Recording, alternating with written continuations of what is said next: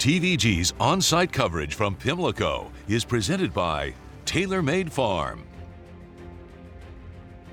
You've seen it. Maximum security! You've talked about it. There has been a disqualification in the Kentucky Derby. And most likely you've argued about it.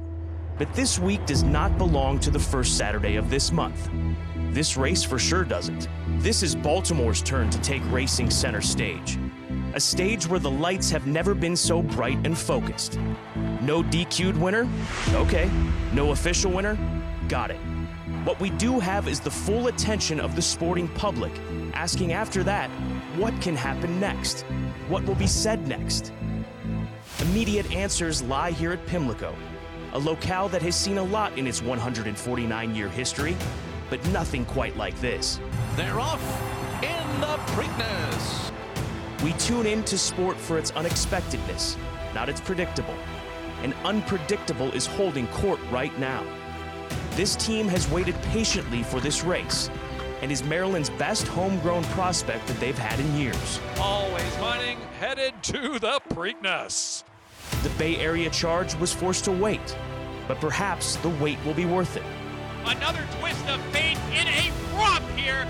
And he? Well, he's already won, as his trainer said following the near demolition derby. In the wake of near disaster, he has become the horse that finds himself at the top of the popular vote. But hoisting the Woodlawn vase for these industry powerhouses would deliver multiple layers of victory this Triple Crown season. Many stories remain with this three-year-old crop. Stories that will unfold through the spring and summer months from coast to coast and ultimately culminate on the track. The next chapter in this saga is here, at the Preakness.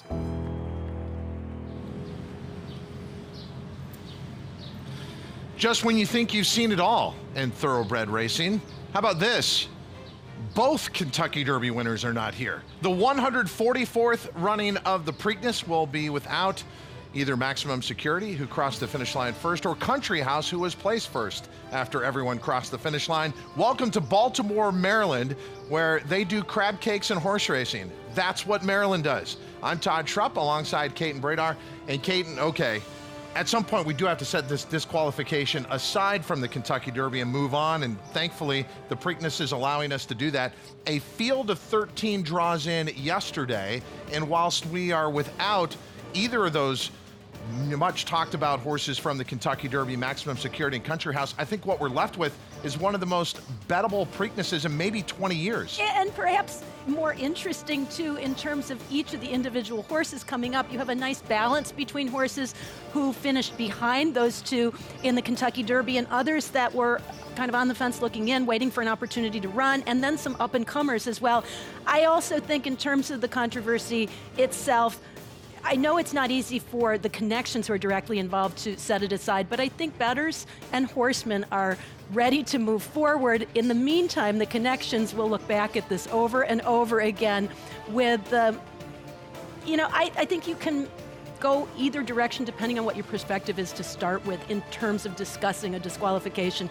Most would agree it was the correct decision based on the incidents of the race. I think more of the controversy has resulted after the race and after the incident in terms of the punishment for the jockey. Well, in fact, now the word coming out that Gary and Mary West have taken it to the open courts, to, again, the main judicial system, and are trying to get their day in court, as it were, and get the Derby DQ overturned. So this continues on whether you want it to or not. As far as horses not showing up from the Kentucky Derby to the Preakness, it has been a while. You have to go back to Grindstone back in 1996. And set aside the disqualification, I think the fact that Country House isn't here has nothing to do with the incidents of the race, more to do with his path going into the Derby, as well as how he came out of the race with a bit of a cough and now on the sidelines, at least temporarily. I just think above all else, horsemen are looking out for their horses, and that's why we don't see the two winners of the Derby here today. But again, we've got a great horse race. But one of the main horses involved in that disqualification is here, War of Will. War of Will, obviously, as you saw, at a crucial point in the race, had his race taken a little bit away from him. And amazing, he drew the rail in the Kentucky Derby. He draws the rail in the Preakness. And because I think given his problems at the fairgrounds in terms of getting out of the gate, it becomes a double whammy, I think, so to speak. Mark Casse, his trainer, has been very outspoken since all the controversy from the Kentucky Derby, but how does he feel about War of Will coming into the Preakness?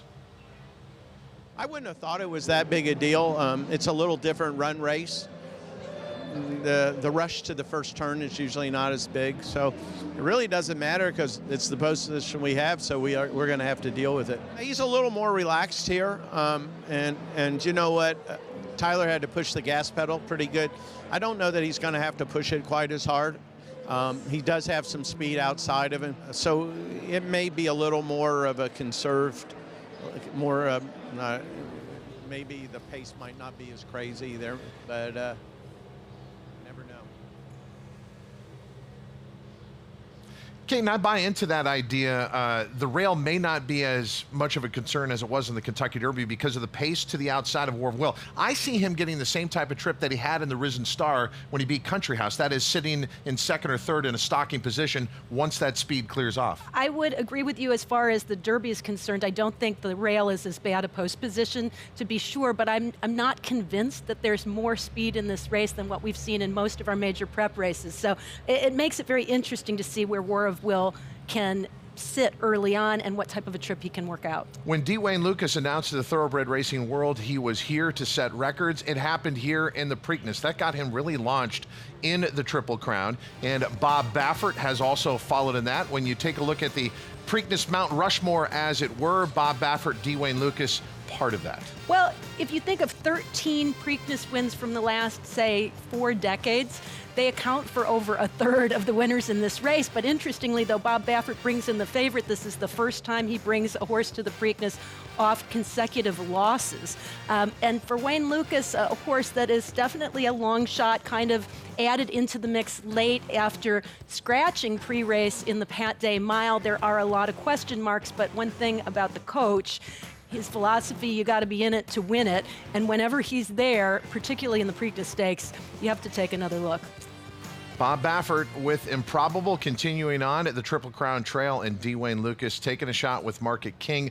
There are a number of horses who didn't participate in the Kentucky Derby who are taking their first shot on the Triple Crown Trail in the Preakness. Amongst them, a very exciting Maryland bred. That would be Always Mining. And you go back, the last time a Maryland bred won this race was Deputed Testimony back in 1983.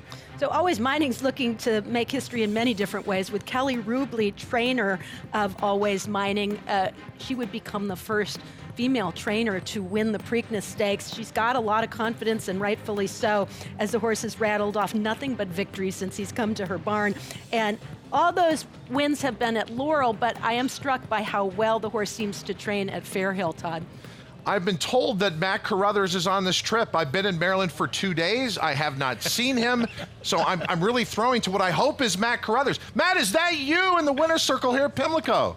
It is. I've been very clandestine the last couple of days, but the weather for this race, guys, I'm the resident weather dork, is generally been really good for this race. Funny Side won this race in 2003 over a track listed as good. After that, between 2004, 2014, Smarty Jones in 2004, California Chrome in 2014, we had fast tracks that entire decade. Then all of a sudden 2015 came. American Pharoah was not here that day, but people tell me that the rains that took place that day here at Pimlico were rains they've never seen before. Absolutely pouring. The race was delayed. They thought the race might be postponed. American Pharoah did his thing. Then 2016, you had Nyquist undefeated coming into this race.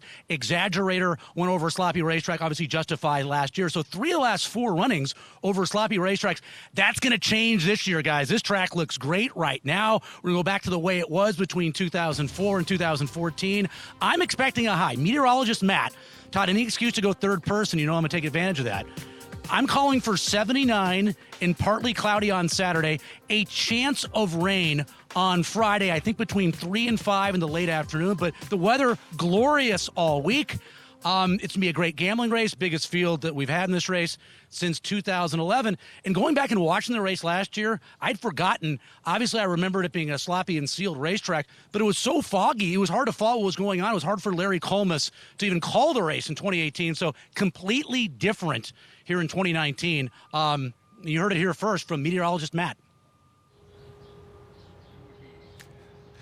And Matt Carothers has a great tie-in to the Preakness and TVG. After we had a long absence here, it was him and Ken Rudolph who brought back our coverage to Pimlico, so we're very happy to have Matt with us. But I'm very happy to finally have good weather for this race.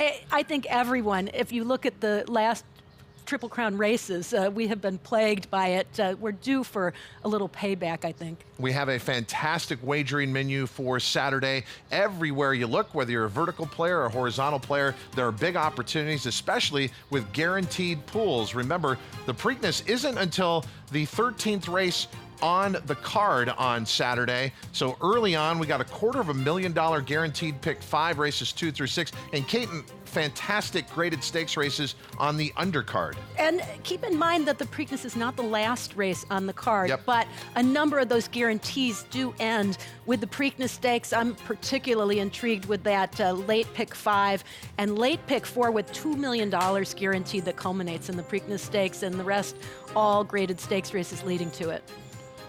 Make sure you have your account ready to go at tvg.com for a full day on Saturday and a fantastic wagering menu. Well, I know that Dave Weaver is on the trip because I was with him at Rosecroft last night. He beat you. Racing him. Yeah, he beat me in the sulky. Dave, ALWAYSMINING is going to be a very popular horse here in the wagering for the Preakness, and lately, no one can beat ALWAYSMINING. No, he has been absolutely just tearing it up here in Maryland at Laurel. Undefeated on the year, a perfect 3 for 3, including the win last time out in the Federico Tessio. Now, this is a race that horses win and then go to the Preakness and really do nothing. Bodhisattva comes to mind. Kid Cruz didn't do a whole lot a few years back. You really have to go way back to probably the 80s. Private Terms finished 3rd at 3-1 in 1988. Broad Brush in 1986. And you mentioned Deputed Testimony. That's the last Tessio winner to win the Preakness. But you see the way that he won this race. He wasn't 10 cents on the dollar. He was 5 cents on the dollar. So everybody here in Maryland knows how good he is. Now the rest of the nation can find out. And we caught up with trainer Kelly Rubley to talk about how he has got to this point. Well, obviously he's come a long way. You know, we started him on the grass just because we couldn't find another race, and once he won his allowance race, he's improved in every start.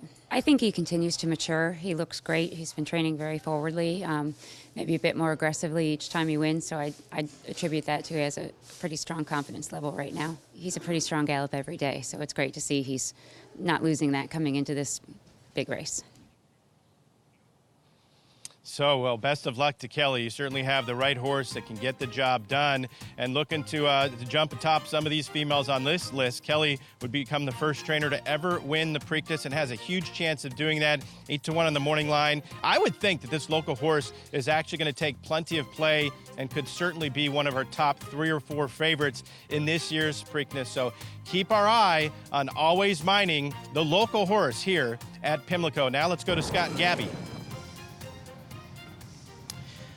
That's right, Dave. He is the local horse, and he has a big advantage, as does Win, because, Gabby, we had the pleasure of going out and visiting them at Fair Hill. It's about an hour and 15-minute drive from Pimlico Racecourse, and it truly is horse heaven. It is. You have to take some winding roads in order to find the actual training facility, but once you get there, it is absolute horse heaven. The training facility itself spans about 300 acres, but the property itself spans about 10,000 acres. There's 3 different training surfaces. You can use the turf gallops, you can use the tapeta surface, and the main course, the dirt. It's a beautiful facility with a lot of advantages for the horseman. And here's ALWAYSMINING. He was training yesterday. This horse was very, very good in his gallop. He was very in the bridle.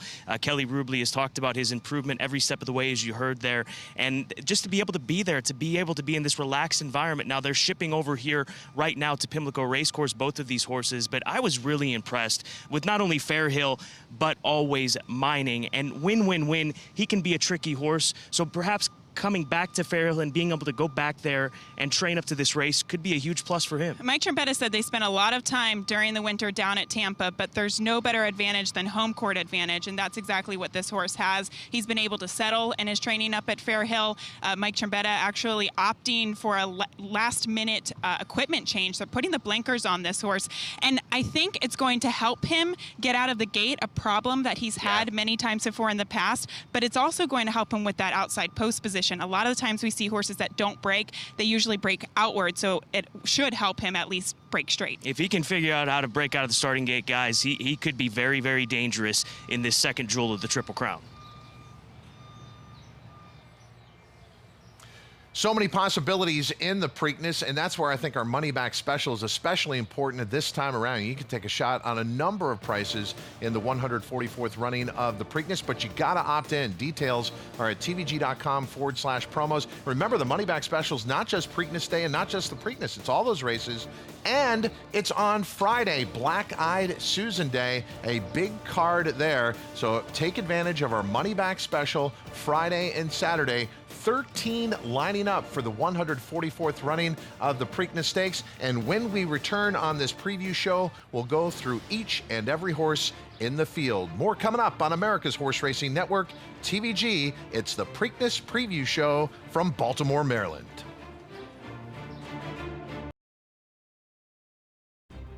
TVG's on-site coverage from Pimlico is presented by Tailor Made Farm. As the field comes into the final furlong, it is Justify in front. Good Magic on the outside, tenfold. Bravazzo, Justify, he's unstoppable. He won the Preakness. Well, it was a close margin, and we're all wondering, did he win the Preakness coming out of the fog there? But yeah, that was Justify holding on before he'd go on to win the Belmont Stakes, and incredibly in 112 days went from maiden winner to Triple Crown winner. This year we will have no Triple Crown winner, but we have, I think, one of the best betting Preaknesses in about 20 years. Welcome back to the Preakness Preview Show. I'm Todd Schrupp alongside Caton Bredar. Let's go through this entire field of 13 entered for the 144th running of the Preakness Stakes. Caton, we start with War of Will, the controversy out of the Derby, but let's take him for what's happened over his last couple of starts, including the Louisiana Derby where he had that trouble at the beginning. And he did strain a muscle. He had to recover off of it, and I thought ran admirably in the slop in the Derby, but still faded at the end. He finished 8th, was moved up to 7th, but is said to be training better than he has in quite some time. I think you have to respect him here for Mark Casse, who has a great record bringing horses out of the Preakness, or into the Preakness Stakes, I should say. And it's always been a good record for horses that have exited the Kentucky Derby and come to the Preakness. So yes, new shooters are great to look at, but War of Will has one of the best resumes in the field, and if he runs to what he was showing back in January and February, yeah, he's going to be a big factor in the Preakness. Bourbon War, his effort in the Florida Derby, I think, was compromised by a track that favored speed. He likes to come from out of it. The fact that Code of Honor, whom he finished only 3/4 a length behind in there, came back and ran a big race in the Kentucky Derby compliments him. And the fact that Maximum Security, who won the Florida Derby, crossed the finish line first in the Kentucky Derby, speaks well of Bourbon War. I think that may compliment him most of anything. To be sure, he's also freshened and been pointed specifically for the Preakness Stakes. Mark Hennig adding blinkers to the Son of Tapit to hopefully get him into the race a little bit sooner, a little bit more focused. I'm just wondering if he will be as effective if that happens at the finish, because he is a horse who can stay the distance, but with the equipment change, I'm very curious, but he's been training very well both in Florida and in New York leading up to this. Trainer Brad Cox has 2 shots at this year's Preakness. Warrior's Charge, who's stepping in a stakes company for the first time, but has been sensational at Oaklawn Park, going gate to wire in 2 mile and a 16th efforts. This horse is really fast. Is this a horse to catch in the Preakness? I think he's one of a couple to catch in here, potentially, but we don't know how his class stacks up against this level. He has done nothing wrong in those 2 starts, to be sure. He's by Munnings, who kind of has some versatility in that pedigree. I think I'm a chatterbox. I think back to her ability to cruise on the front or come from off the pace. But it becomes different when you face graded stakes horses like this. Javier Castellano will have some choices to make off the break, I think, but Warrior's Charge changes things in this race. Improbable is the morning line favorite for the 144th running of the Preakness Stakes, but he was also the favorite in the Kentucky Derby. He was favored in the Rebel, and he didn't convert in either circumstance. He hasn't won since his 2-year-old season. To me, he's a dicey favorite. What do you think? I agree, and I think even Bob Baffert would agree with that. He's a little surprised that he's kind of the favorite by default. I'd say Mike Smith is going to pick up the mount here, and that's going to drive the price down, but I'm just wondering if he's perhaps on the wrong side of his form cycle as far as the direction he's heading. Of all the Kentucky Derby prep races that I witnessed this year, the best winning move for me was by this horse, OWENDALE, in the Lexington. That huge sweeping move he made coming out of the turn. Now, you should know him well because Florent Giroux is aboard. For those who don't know, Caton's husband, Doug, is the jockey agent for Florent. What can you tell us about OWENDALE? Well, I know that his last couple of works have been very, very good. I saw them at Churchill, and a maintenance work followed by a little sharper work that was the best of the morning at Churchill Downs. If that continues here, he trained better than he ever had into the Lexington, and he's continued that way since. I think his best game is to come from off the pace, so I'm wondering, does he get the ideal setup? But he'll run a big race, I think. Market King could be a factor maybe for the first quarter mile of this race. As we said, Dwayne Lucas believes you got to take a shot. Not many had Bravazzo coming close to Justify last year, and yet he did. Can Market King shock this field? Well, that's what it would be. He was 33-1 when he was beaten 37 lengths in the Bluegrass and hasn't had a race since. I think he's been training a bit better. He has a good work in between there and a bit more time. And we mentioned the odds on Bravazzo last year, who made it look awfully close. Market King, just 1 for 8 lifetime, a maiden win at Oaklawn Park over a good racetrack. Matt, we've covered nearly half the field in this year's Preakness. Who's kind of standing out to you? Well, Bourbon War is the horse I want to talk about out of the horses you've covered thus far. First of all, the 12-1 morning line's a joke. That horse is going to be 6-7-1. It's a bad morning line on Bourbon War. As you guys alluded to, they weren't planning on going in this race, but when the top 4 don't show up for the Preakness, and then Mark Hennig also said the Florida Derby obviously looks like a live race. I mean, Maximum Security crossed the finish line first, your Florida Derby winner, and Code of Honor crossed the finish line third. He ran third in the Florida Derby. So Bourbon War, probably the better trip, wins the Fountain of Youth, 2 starts back, runs a really good 4th, was pace compromised in the Florida Derby, and I do like the equipment change that Caton mentioned, the blinkers on. Look at those 2 workouts with the blinkers. He worked a couple of real quick half-mile drills. Then Mark Hennig slowed things down a little bit in the morning. I think he's going to be a little bit closer if he gets pace. I think Bourbon War is a very interesting horse. His price will be about 6-7-1, though, nowhere near that 12-1 morning line. As we go back to the TVG studios in Los Angeles to my usual partner and good friend, Mike Joyce. Mikey?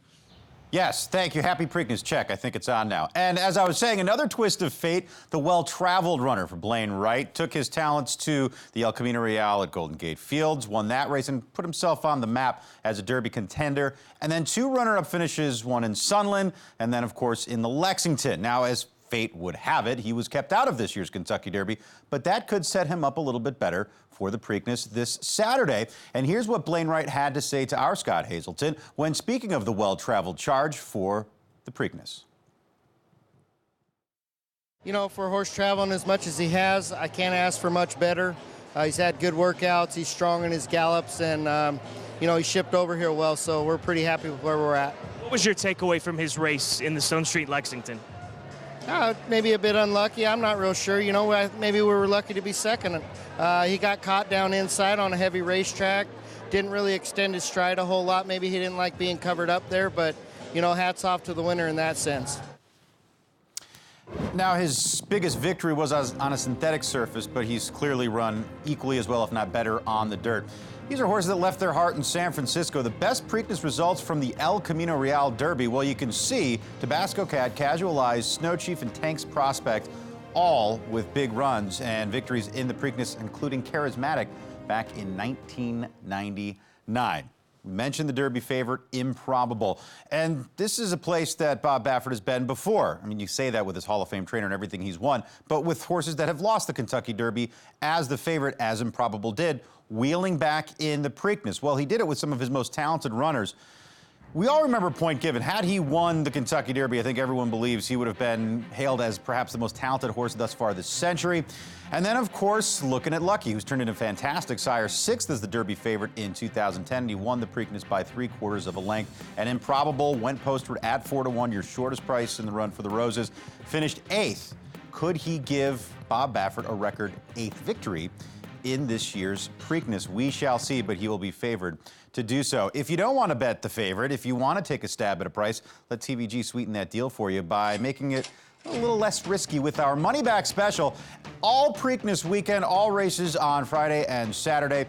Don't miss out. Go to tvg.com/promos. The money back special. You know how it works. Money back for second or third. When we return, we will continue our look at the rest of the Preakness field as we head back to Pimlico with Todd and Caton.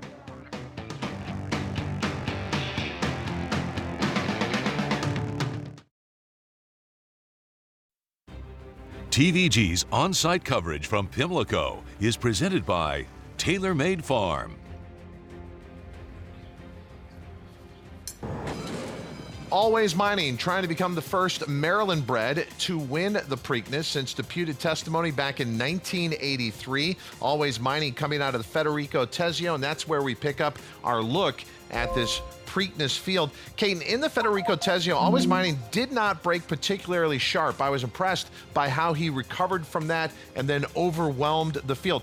What type of trip do you envision for him in the Preakness? I suspect you're going to see him on the lead, but I also think, much like Maximum Security, he's not a speed-crazy, must-lead type of horse, and that Tessio run kind of proved that.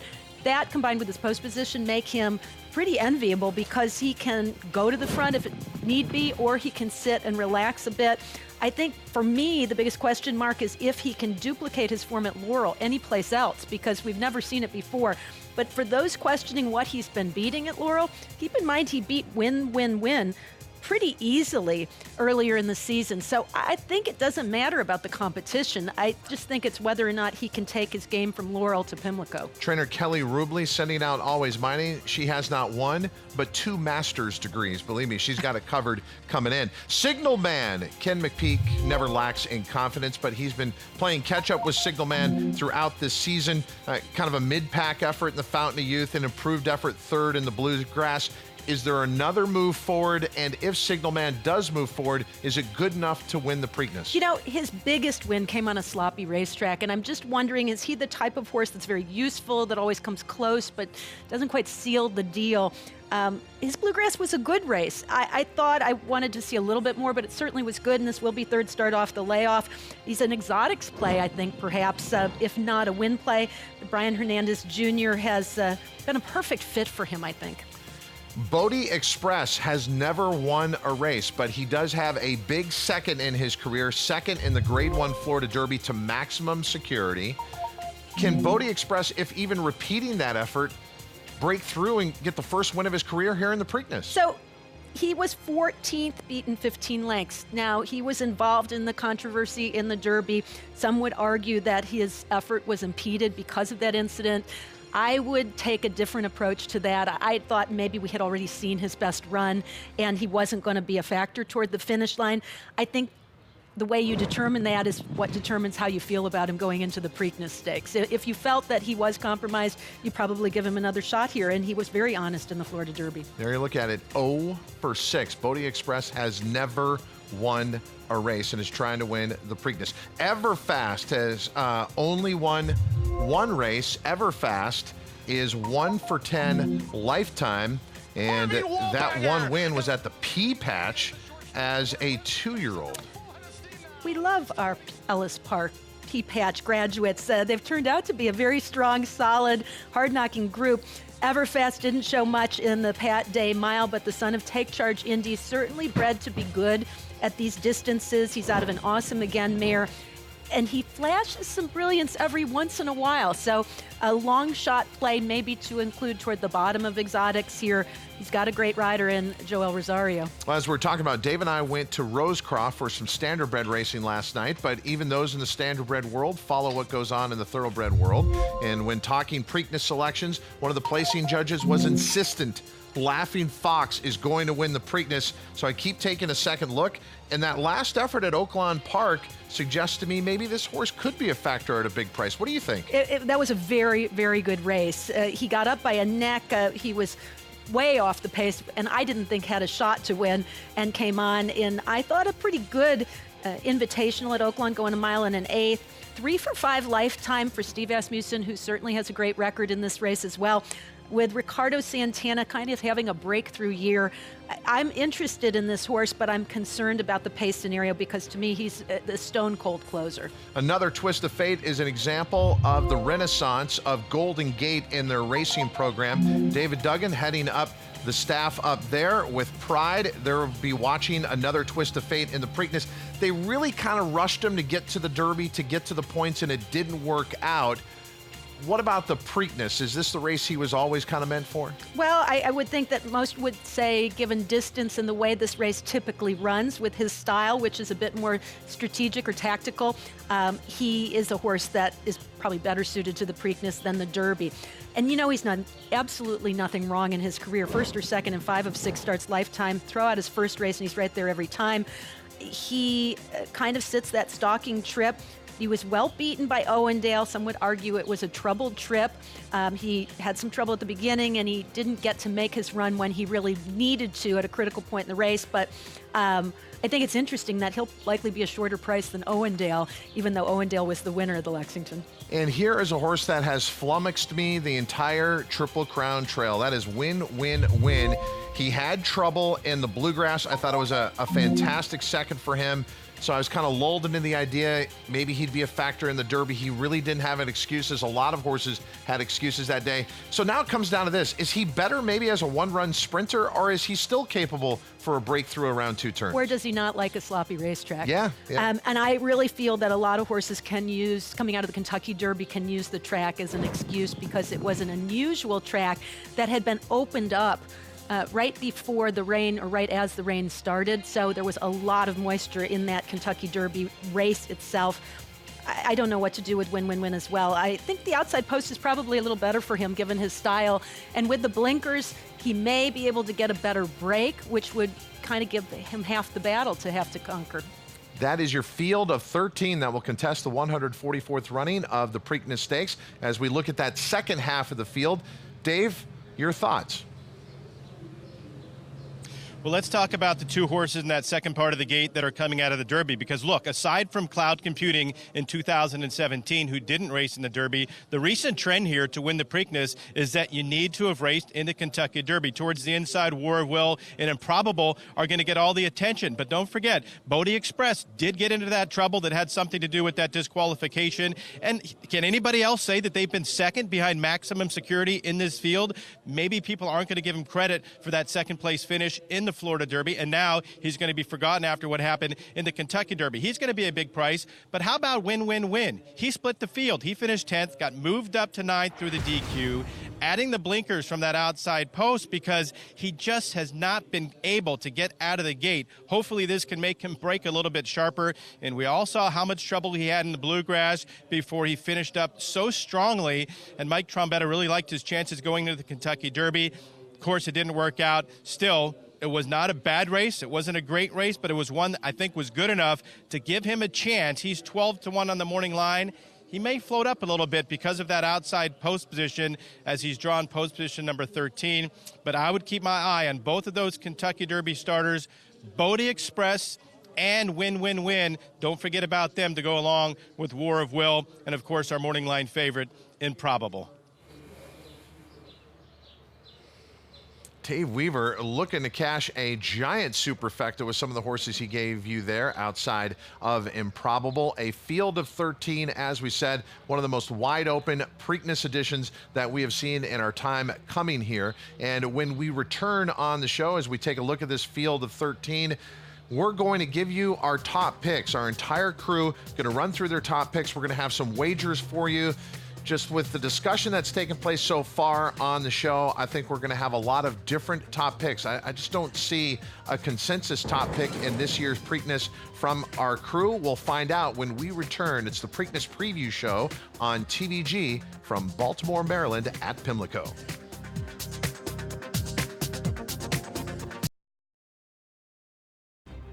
TVG's on-site coverage from Pimlico is presented by Tailor Made Farm.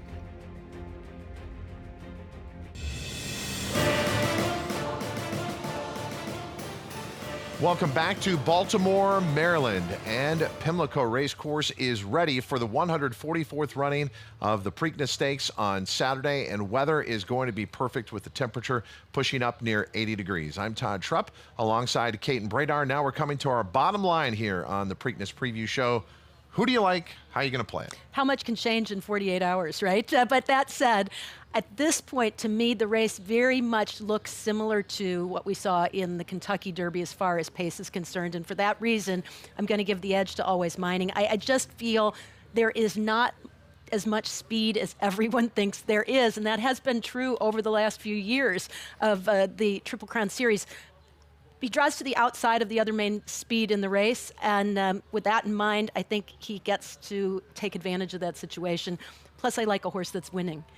He's a key horse, but this is far from a one-horse race. So this is the race that I'm going to spread the most in exotic wagers, because I really think this is where we could have a shot to get a nice price. So many wagering opportunities. Where are you going to put your money, at least the focus of it? So you can see, this is, I start small and spread big toward the outside, and I think the Dixie and the Preakness might be opportunities, although some would argue about the Dixie, but we start with the Gallarette for fillies on the turf, and this is easy. I'm just going Chad Brown. When in doubt, I go with Chad Brown. I'm going to use the 2 Inflexibility, who I think might be the stronger of the pair in here. She has tactical speed, a very nice record. I also am going to use the 9 Barca, a French-bred filly, who to me is a little bit more interesting. She was well beaten in the Sands Point in her U.S. debut on yielding ground, but she's 4 for 8 lifetime, and Chad Brown typically improves the longer he has these horses in his barn. I thought that was a get-to-know-you race, the Sands Point. Now he's gotten to know her. I look for a breakthrough race here from Barca. Otherwise, you see Inflexibility is the favorite, so I've kind of covered the bases here. Now, the Chick Lang is race number 11. This for 3-year-olds going 3/4 of a mile, and I, again, stuck to 2 horses. I think this one could be a little bit chalkier. Pyron for Steve Asmussen is unbeaten in 2 starts. Maiden race at Oaklawn, and then in the slop, a first-level allowance, which he won easily. He's by Candy Ride. The longer they go, the better they go, and in terms of experience as well as distance. But the 3/4 of a mile puts him right there. And Preamble, I think, very tough. 3 for 3 lifetime by Speightstown for Rudolph Brisset. Then in the Dixie, here's where I start to spread a little bit. Most will probably try to single Catholic Boy. He is a standout in some regards, but he draws to the outside. He's been away for a long time. He was well beaten in the Breeders' Cup Classic. To me, there are some question marks that need to be answered, but it's sure going to be fun to get to see him back in action. And with his record on the grass, I actually think he could be an even better horse on the turf than he has been on the main track, which is saying something. Also used a couple others for insurance there, including Perret from Australia, who may not have any shot at all, but I would hate to have him run a monster race coming from Australia. I know very little about him, so I'm throwing him in there just in case. And then the Preakness, I spread the most, 1, 2, 3, 5, and 7. War of Will, if he doesn't draw the rail, he might have been my top choice in here, but I don't see him getting the lead. I really don't.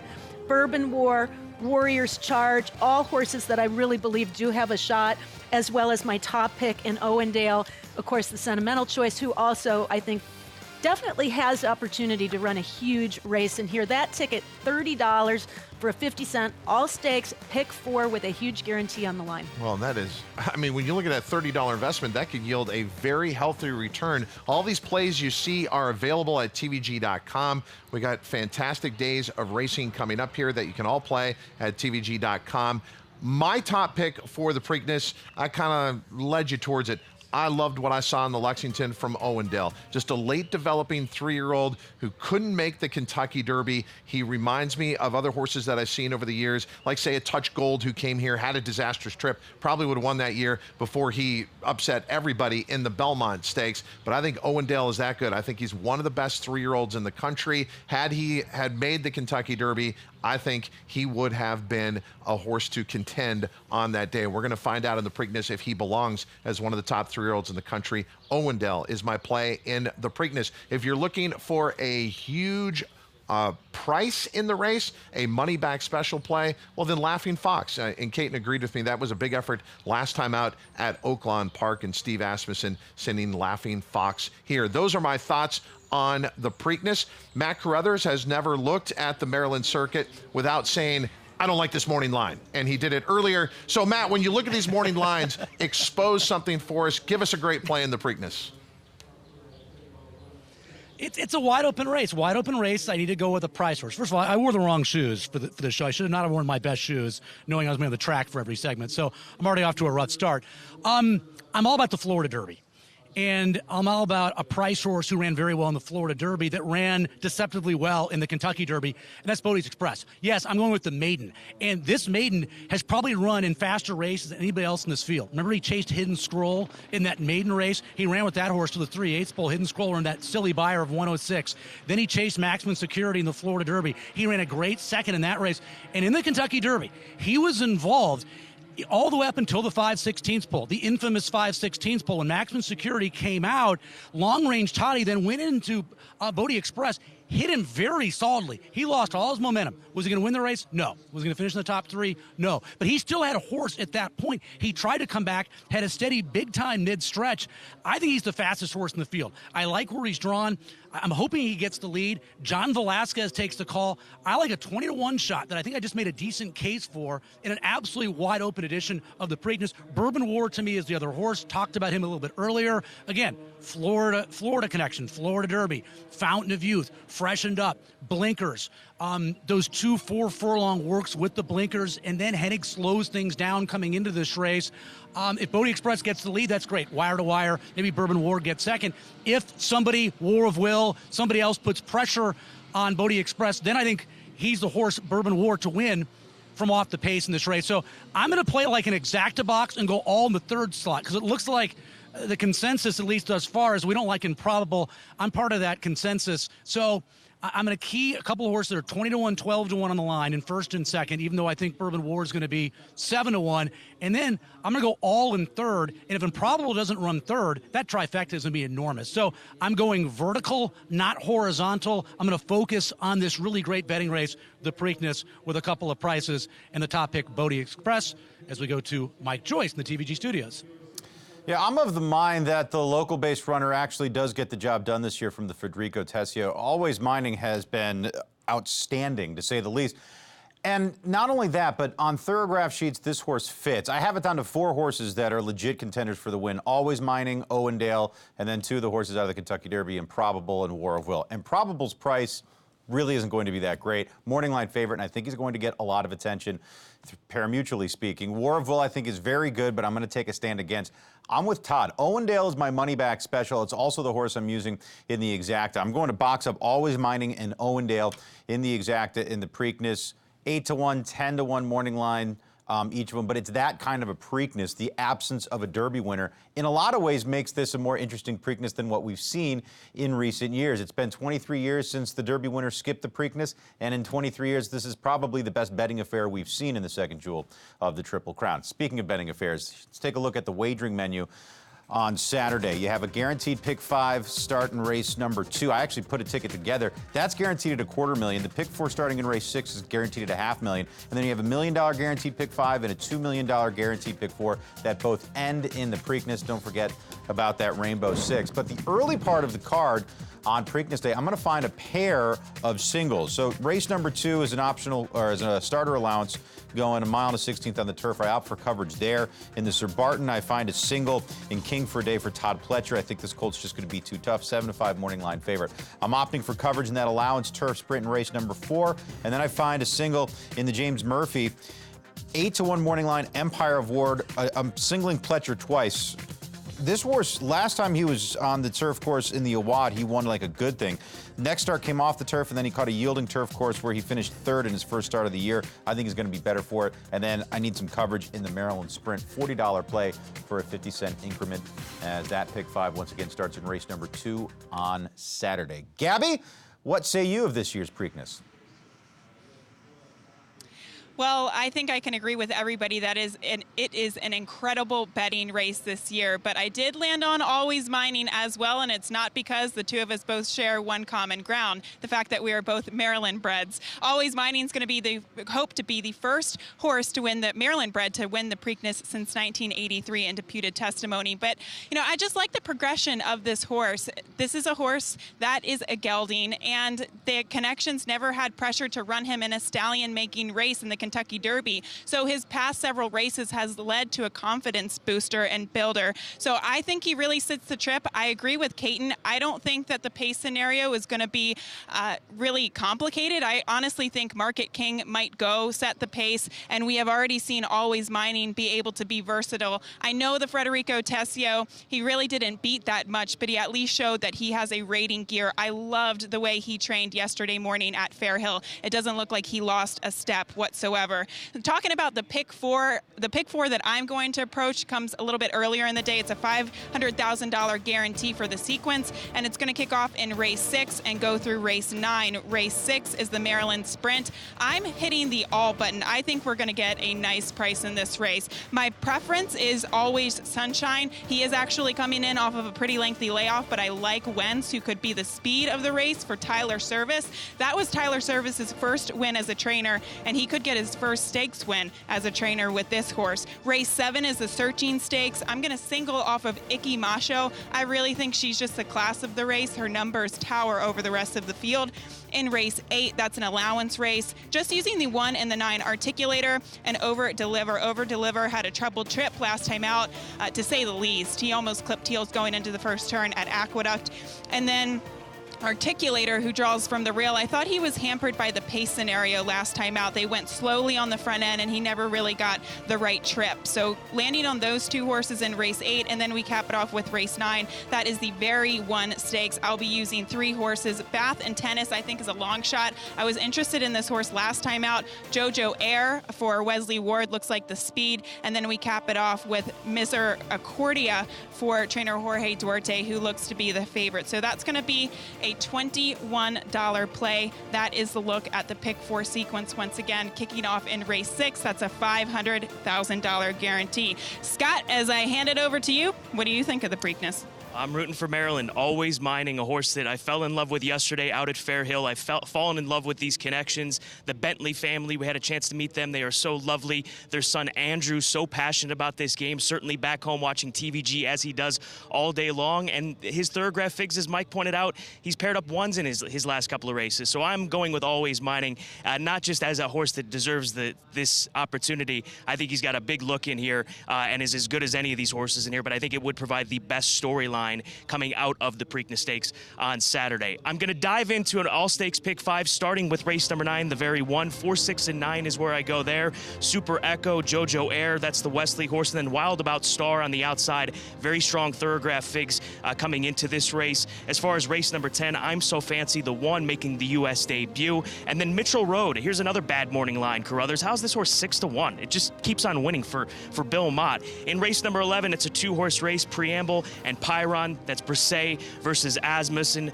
Game on there. As far as the Dixie, you've got to use Catholic Boy even with this outside draw, but I really do like Admission Office, the number 3 horse. That was just a trip that you're not supposed to win from at Keeneland. He was outside, he was wide every step of the way, and he was always full of run. That was a very impressive race at Keeneland, so watch that race back for Brian Lynch. That's Admission Office. And as far as the Preakness, War of Will, Improbable, Owendale, and Always Mining. Weaver, we're all against Improbable, but I can't leave him off of my ticket. I just feel like of the horses that didn't win the Derby for Baffert and came here to win the Preakness, Point Given and Looking at Lucky, they were the best 3-year-olds. They were the best horses in the Derby. I don't feel that way about Improbable coming into the Preakness Stakes. I fully agree with that. He won't be on any of my tickets. I'm going to stick with War of Will. I liked him in the Kentucky Derby. Clearly, he was impeded and got carried out by Maximum Security. Would he have won the Derby if that wouldn't have happened? No, I don't believe that he would have, but I think he's good enough to win this Preakness Stakes. So my top pick, down along the inside with War of Will, and y'all know what my exacta is going to be. Well, my wager is going to be. It's the 1-year anniversary of the ice-cold exacta with Justify over Bravazzo, which paid $27.40. This year, I'm going to one-up that, and this exacta would probably play double that. I think this would be about a $60 exacta if it hits. War of Will on top. Another Twist of Fate who has impressed me each and every start going back to even before the El Camino Real Derby. I think he can finish second. So 1-12, ice cold exactas, Todd and Caton. Caton, I have to say I'm surprised. I didn't think there would be a majority opinion on here and one horse that most people liked, but apparently it is Always Mining. And I'm going to hope that that doesn't happen as far as the wagering public is concerned, because I'm thinking that Always Mining is a great price play. But I liked War of Will an awful lot. Dave's got a strong horse. I think if he turns out to be better value than I expect, that might be a key horse as well. And remember, you can get full value as a TVG account holder. We got a great sign-up offer. If you're sitting out there without a TVG account, what are you waiting for? Now's the time to be wagering and wager with the leader in the field of advanced deposit wagering. And once you do, you can take advantage of specials like this, the money back special. That's right, every race, Friday, Black-Eyed Susan Day here at Pimlico, and then the big day on Saturday, Preakness Day. All those races are covered with the money back special, but you have to opt in at tvg.com/promos. A field of 13 in the 144th running, the second jewel in American Thoroughbred Racing's Triple Crown. It is the Preakness, and probable morning line favorite at 5-2, but after you listen to this show, probably won't be our post-time favorite the way things are going. And the opinions in here, Always Mining, 8-1 in the morning line. Going to see that horse bet down quite a bit. This is one of the best betting editions of the Preakness we've had in quite some time, and it's also a signature race in this country. The oldest stakes race in the Triple Crown Woodland Series. Vase with that trophy. The Woodland Vase, a special day ahead, and let's just hope we get this weather. Stay tuned to TVG for all the latest information as it relates to the 144th running of the Preakness, and you can play all the action at tvg.com. Thank you for joining us here on the Preakness Preview Show. My thanks to Director Eddie Isidron, as well as producer Danielle Taylor, and our entire crew on site here in Baltimore, Maryland, right through the Preakness itself. Gabby Gaudette, Scott Hazelton, Dave Weaver, Matt Carothers is here, and yes, Caton Bredar. I'm Todd Schrupp. Until next time, may all your photo finishes be winning ones.